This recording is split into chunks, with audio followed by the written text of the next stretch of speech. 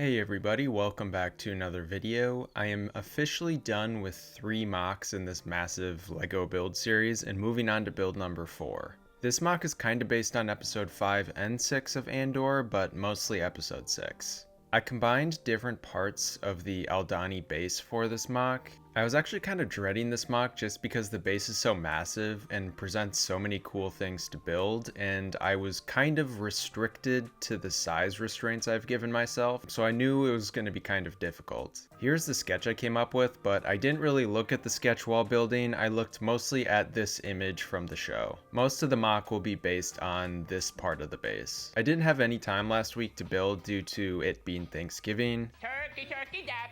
I eat turkey and I take a nap. I am also now fostering 2 new cats, so I was busy making sure they are well adjusted to living with me. I finally had some time to build and started by placing down 2 16x16 plates and 2 8x16 plates. I then combined the plates using some 2x4 bricks. Plates are much better to use for MOCs versus base plates in my opinion, unless you're building modulars. Next, I started working on the black border. I started placing down some black plates and then some black bricks onto those. I'm running low on certain bricks, especially my classic bricks like 2x4s and 2x6s, and the ones left are so dirty and the colors are just faded. What a piece of junk. A lot of these bricks are really old and from when my grandma would buy Lego for me in like the late 90s and early 2000s, so lots of these bricks are over 20 years old. I need to find a way to clean these, so if you have a good idea, let me know in the comments, because I don't really want to throw them away. I also found another Mega Bloks brick in my collection. I honestly have no idea where these keep coming from because I'm obviously not buying them. You can tell it's not Lego because of the color and the quality of the plastic, but also because it doesn't have the official Lego logo on it like actual Lego bricks do on its studs. Enough talking about knockoff Lego, let's get back to building. I added some plates to the border and filled in some more gaps with some filler brick. I then added some black tiles to the outside layer of bricks to finish the border.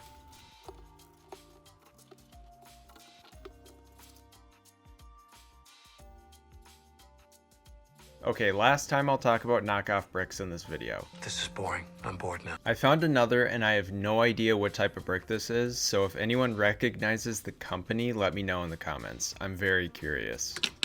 I built up the sides of the MOC and also filled in the floor with some bricks and large plates so I could begin building off of them.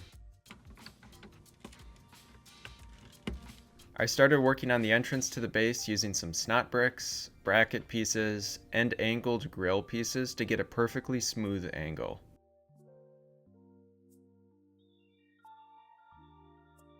I also created this dark bluish gray door using the same technique but reversed.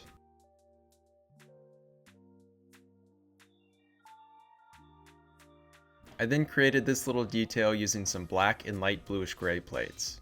We see this design all the time in Star Wars media. It usually represents lights, but I'm not sure what it represents in this context. Next, I worked on the angled wall. I used regular slope bricks and built a wall using these panel pieces on the sides that will slide over the slope bricks. The wall is just held in place with friction.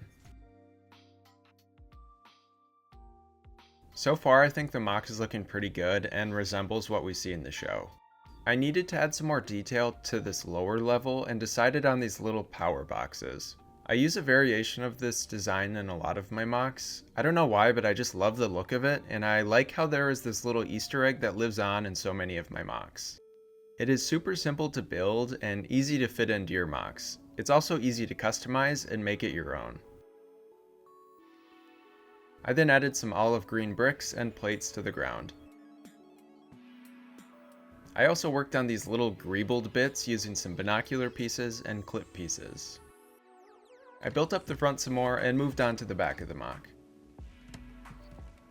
I used these big panel pieces to build up the back and make everything level so I could plate off the top.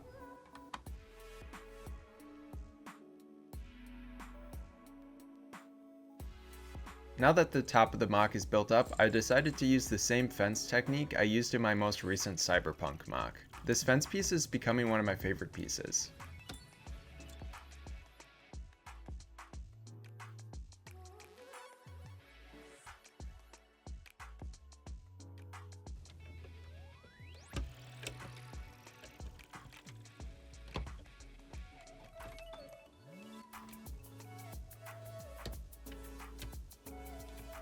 I created this little black communication box. It turned out bigger than I expected, so I decided to expand on that and just build a little communication hub on top of the MOC.